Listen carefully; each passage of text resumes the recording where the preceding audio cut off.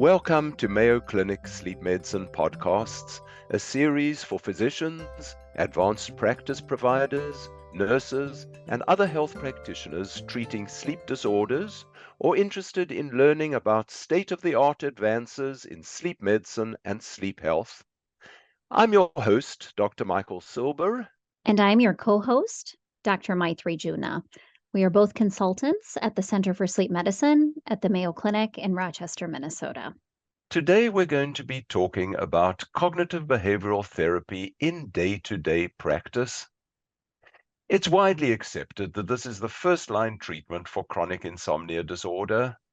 However, we all know there's a severe shortage of psychologists trained in these techniques, and many patients experience difficulty in finding a provider. However, studies have shown that even a single session can sometimes be beneficial. Can CBT-I be administered by physicians who are not sleep specialists?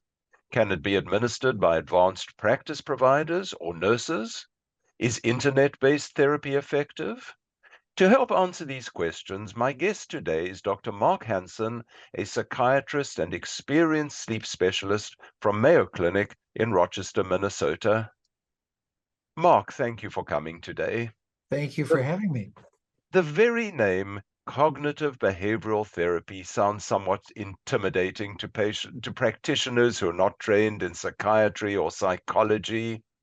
I often tell our new fellows that it's not all that different from counseling. They shouldn't be alarmed by it. It's really similar to what they've been taught to tell patients who have newly diagnosed, say, asthma or diabetes or epilepsy. As a psychiatrist, am I oversimplifying it? Well, I think CBT, cognitive behavioral therapy for insomnia, has a lot in common with other types of counseling and education that doctors provide for other clinical problems. If someone has newly diagnosed diabetes, they'll receive much instruction on behaviors that may improve or aggravate that problem. Possibly the one way that CBT differs is in the cognitive portion. When we tell someone that we've diagnosed their problem and it's in the parathyroid glands and we're going to take out the parathyroid glands, that's fairly straightforward and passive. When we imply that the problem is partly in their thinking, that's a little bit different message and sometimes a little harder to get across. So I think perhaps with that subtle distinction, it's certainly an approach that doesn't take extreme experience or training in psychotherapy or psychology or psychiatry, and most clinicians, I think, can provide a helpful service if they learn the basics of CBT for insomnia. Well, let's talk a little bit about the basics of CBT for insomnia. When I'm talking to patients with insomnia, I try not to overload them with one technique after the next. And one of the techniques I personally find especially helpful for patients goes by, again, a somewhat intimidating name, stimulus control therapy. Can you summarize this technique for us? Well, sure.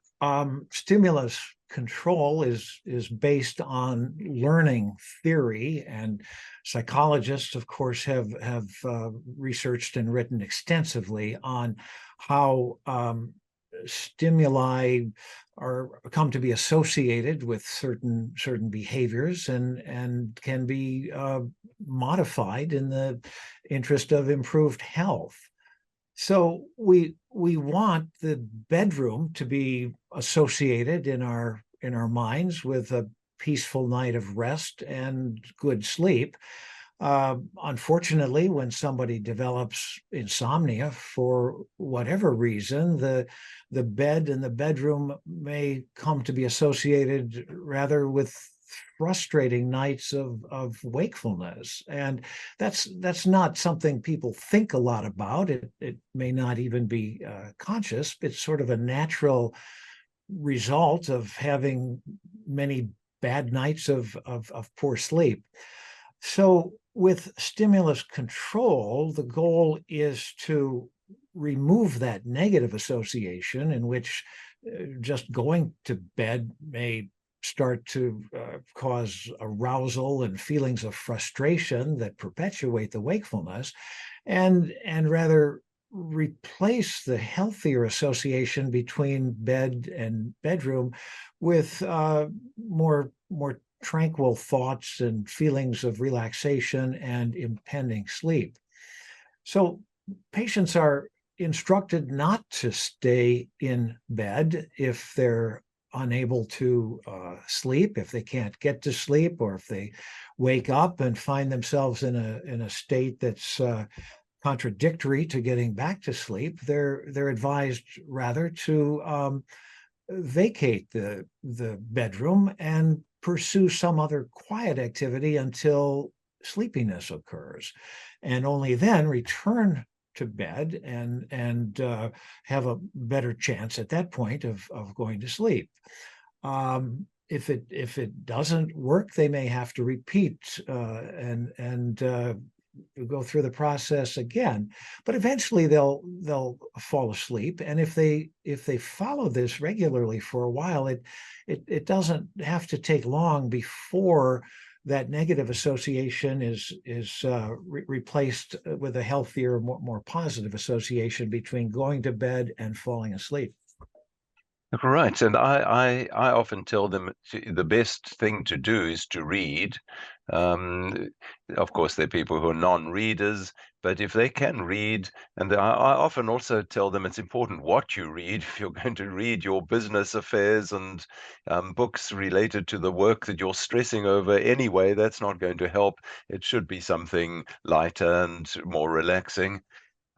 You mentioned relaxation, so that's, another category of CBT-I is relaxation therapy. Do you find when you talk to patients about it that it's more helpful to talk about mental relaxation, such as imagery training, or is it more useful to talk about physical relaxation techniques? In your experience, what works best for patients with relaxation? Well, it depends on the patient, of course. Some find the guided imagery to be a little less palatable, whereas I think something like progressive muscle relaxation is very concrete and can be distilled into a series of very concrete steps. So that progressive muscle relaxation is typically where I would start. But I realize there are many forms of relaxation, and if someone comes in and expresses a positive valence toward meditation or something else that's relaxing, I'll often endorse that and encourage them to continue in a practice that makes sense to them. On the relatively rare occasions when I get insomnia, methods are the most effective for me. I tell patients the classic thing is to imagine you're lying down on the beach in the Caribbean with the warm sand under you and the wind blowing and hearing the palm trees rustle. But that image actually doesn't work for me at all. I have other images that work better for me. So I think it really is very individual, isn't it? I think it is. I have some preferred images too, but it can be hard to stay on track with Mhm. those, and it's perhaps a little too freeform for some people. But there's nothing wrong with it, and if you once discover soothing memories or images that you can call to mind, that's great. You can do it anywhere, any time. The third method is the one which is really perhaps the most complex, which is sleep restriction therapy, which sounds quite paradoxical. Now, I know there's a sort of formal method of doing it, which most patients just don't have the um, ability to formally do, but incorporating informally sleep restriction therapy, do you find that helpful? Well, I think it's one of the most powerful of the behavioral interventions that we have for insomnia. It also may be the one that's most difficult to implement successfully. Hmm.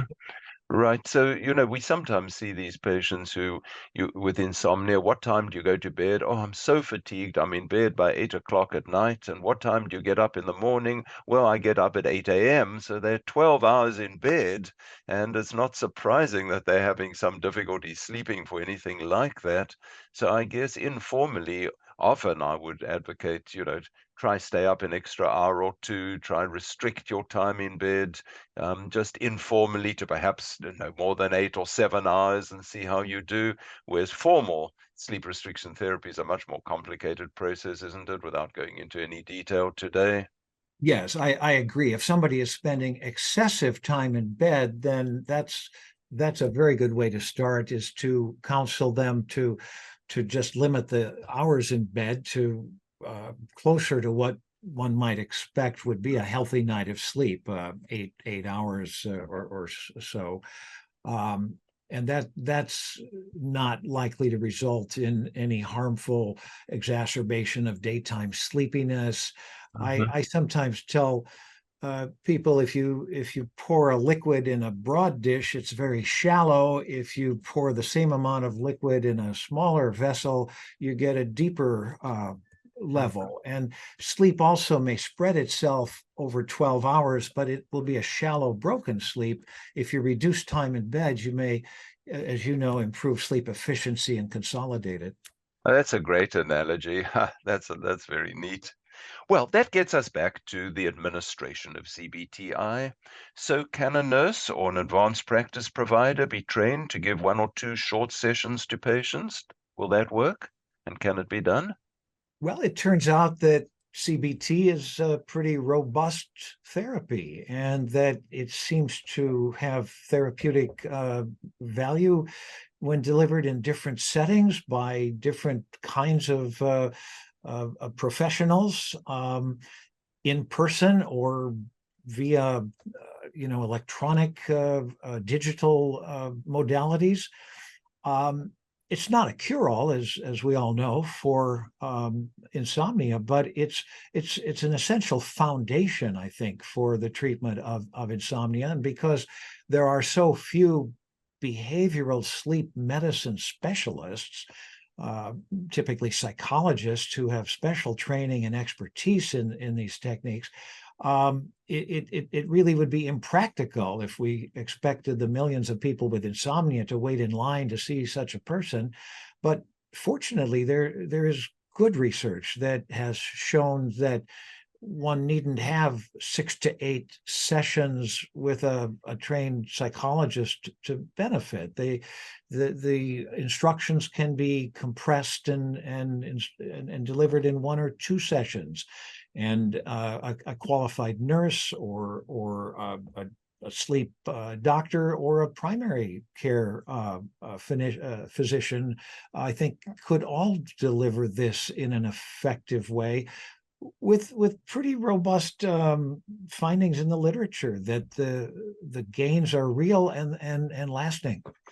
Can it be administered through telemedicine? In other words, with the provider at a distance from the patient?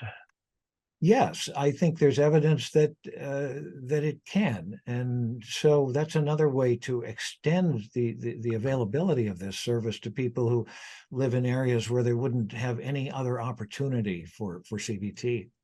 And I guess there are simple courses where people can learn it. I think the American Academy of Sleep Medicine may provide it, and other organizations. I believe that's right, Mike. I can't give you a reference for that right now, but yes, checking through the professional associations would be a good way to start. Well, what about then internet-based therapy? No provider at all. The patient does it themselves through a downloadable program. What's available? Does it work? Well, I have to say I've been skeptical about automated therapy since my colleagues in psychiatry first ventured into this area about 20 years ago. But it it turns out that for insomnia, at least, this type of therapy, cognitive behavioral therapy for insomnia, can be delivered. And assuming that the patient is willing to make something of a commitment to work through most, if not all, of the elements, that a good number will remit. That is, their insomnia will go away 40 to 50%. And even if there are comorbid physical health problems or comorbid psychiatric issues, CBT is still quite effective. If it doesn't accomplish a complete remission, it often improves sleep. It improves the associated dysphoria. And I've often said insomnia at its core is a dysphoric disorder. Two people might each sleep for 6 hours, and one is content and satisfied, and one is highly distressed.